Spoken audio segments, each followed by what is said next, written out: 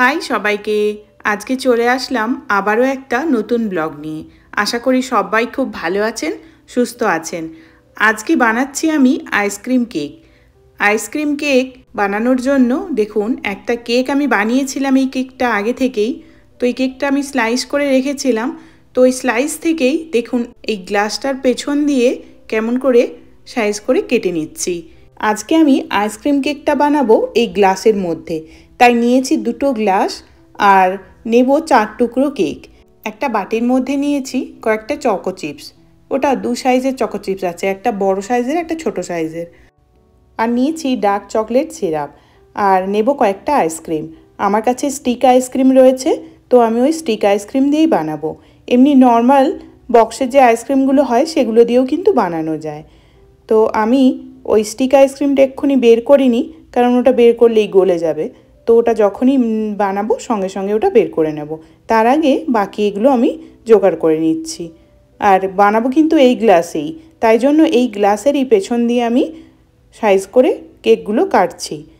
চলুন, কেকগুলো এবার কাটা হয়ে গেছে। এইবার আইসক্রিম দুটো বের করেছি, আমি এখন দুটো বের করলাম, যদি আবার লাগে তখন আবার বের করব। আর এখন ওই চকলেট সিরাপটা দিয়ে ওই গ্লাসের গা বরাবর সিরাপটাকে আমি ভালো করে ঢেলে নিচ্ছি। দেখুন একটা গ্লাসে হয়ে গেছে, আর একটা গ্লাসেও ঠিক ওইভাবেই ঢেলে নিলাম। এইবার নিয়ে একটা স্লাইস করে কেক আমি ওর মধ্যে দিয়ে দেব। এই দেওয়ার সময় কিন্তু কেক ওই যেটা চকলেট সিরাপটা দিলাম, ওই চকলেট সিরাপটা কিন্তু ওই ডিজাইনের জন্যই দিয়েছি, কিন্তু ওটা কেকটা যখনই ভেতরে পুশ করছি তখন কিন্তু ওটা একদম ঘেটে যাবে। তো ওটা কোনো ব্যাপার নয়, আমি আবার একবার দিয়ে দেব।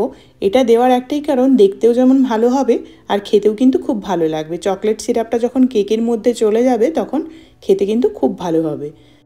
এবার দেখুন একটা স্লাইস করে কেক আমি দিয়ে দিয়েছি দুটো গ্লাসে। এবার আমি আবার একবার চকলেট সিরাপ দিয়ে দিলাম গ্লাসের গায়ে। আর দেখুন এই আইসক্রিমটা যেহেতু স্টিক আইসক্রিম, তো তার জন্য এই আইসক্রিমটাকে আমি একটা ছুরির সাহায্যে ওই স্টিকটা আমি বের করে নেব কেটে। আর কাটছি দেখুন একটা প্লাস্টিক দিয়ে, এটা একটা প্লাস্টিক র্যাপ পেপার আমি দিয়ে ওই কাটারটার উপরে দিয়ে আমি তারপরে কাটছি।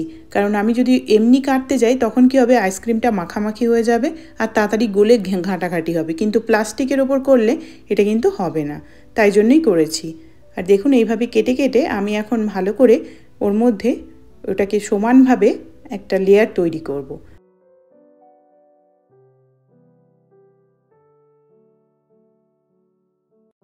এই দেখুন ছোট ছোট টুকরো করে কেটে কেটে আমি একটা লেয়ার তৈরি করছি।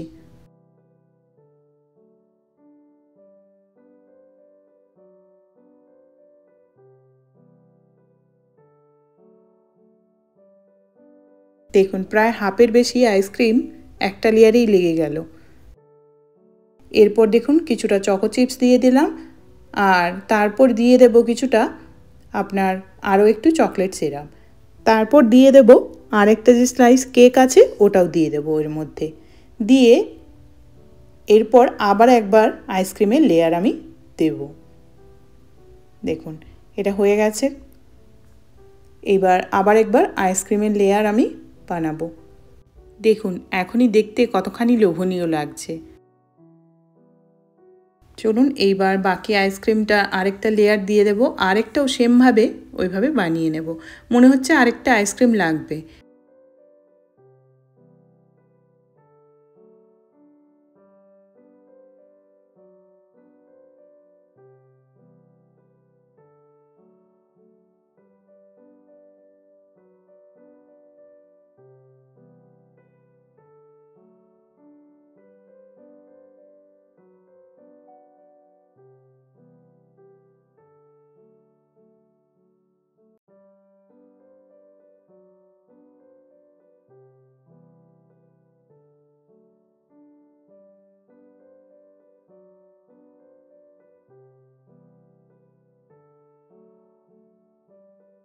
এটা বানানো কমপ্লিট হয়ে গেছে, এটাকে আমি এখন ফ্রিজে সেট হতে রেখে দেব।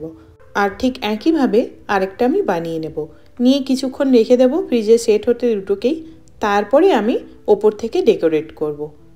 এই গরমে এই ঠান্ডা ঠান্ডা আইসক্রিম খেতে কিন্তু বেশ ভালো লাগে। আর এটা বিশেষ করে আমার রাত্রিবেলা এই পেস্ট্রি খেতে খুব ভালো লাগে। এই পেস্ট্রি আমার ভীষণ পছন্দের, আর বেশিরভাগই আমি বাড়িতে বানিয়ে খাই। এখানে জানেন তো পাওয়া যায় পেস্ট্রি কিনতে, কিন্তু সব জায়গায় ভালো লাগে না, মানে খুব সীমিত জায়গা আছে যেগুলোর ভালো লাগে। আর বাকি না হলে যেগুলো বানায় এরা না খুব ফস্টিং সুগার ইউজ করে, তো সেটা কিন্তু আমার পেস্ট্রিটা খুব একটা ভালো লাগে না। তো যার জন্যই আমি মাঝে মধ্যে এরকম বাড়িতে পেস্ট্রি বানিয়ে ফেলি। আর দেখুন বানানোও কত সহজ, এটা বানানো খুবই সহজ। কেক যদি আপনার বানানো থাকে, শুধু কেটে নিয়ে আপনার পছন্দের মতো আইসক্রিম দিয়ে আপনি সেটা সেট করে ফ্রিজে রেখে দিয়ে আরামসে খেতে পারেন। পারলে অবশ্যই একবার এভাবে বানিয়ে খেয়ে দেখবেন, ভীষণ ভালো লাগবে খেতে। দেখবেন বাইরের ওই যে কেনা পেস্ট্রি সেটা ভুলে যাবেন। আমাদের এখানে এখন বাজে বিকেল 3টে, তো আমি এখন আইসক্রিমটা বানিয়ে রাখছি। এটা আজকে খাবো, মানে সন্ধেবেলা দেখছি এটা নিয়েই বসবো, আর ভাবছি বিশেষ কিছু খাবো না, ও অফিস থেকে আসুক, আমি বানিয়ে রাখছি, ততক্ষণে এটা ফ্রিজে সেট হয়ে যাবে। আর জানেন তো আমার না যেমন এই পেস্ট্রি খেতেও ভালো লাগে, বানাতেও কিন্তু আমার ভীষণ ভালো লাগে। আমি কেন জানি না, আমার মনে হয় আমাকে যদি রোজ কেউ বলে পেস্ট্রি বানানোর জন্য, আমি কিন্তু রোজ বানিয়ে ফেলবো। আমার ভীষণ ভালো লাগে বানাতে।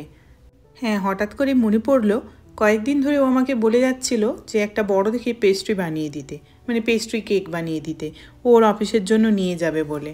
এরকম ওর অফিসের অনেক মানুষজন এখানকার খাবার দাবার অনেক কিছু নিয়ে আসে, অনেক ধরনের খাবার দাবার, তো সেটা নিয়ে এসে ক্যাফেটেরিয়া রেখে দেয় আর সেটা সবাই গিয়ে খায়।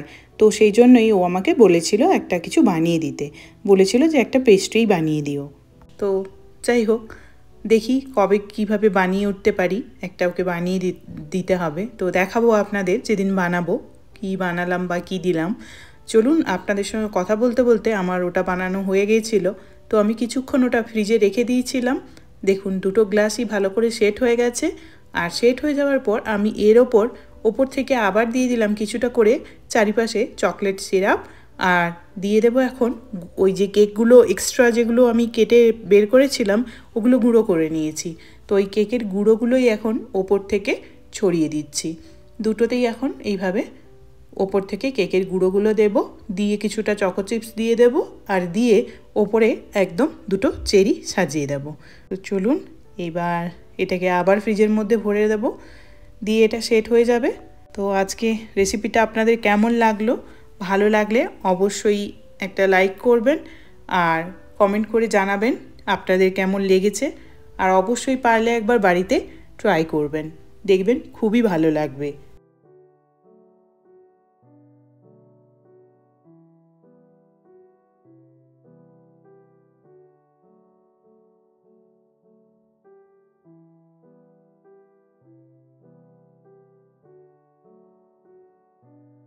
এই দেখুন ফাইনাল লুকটা দেখুন, আমার আইসক্রিম কেক কিন্তু রেডি।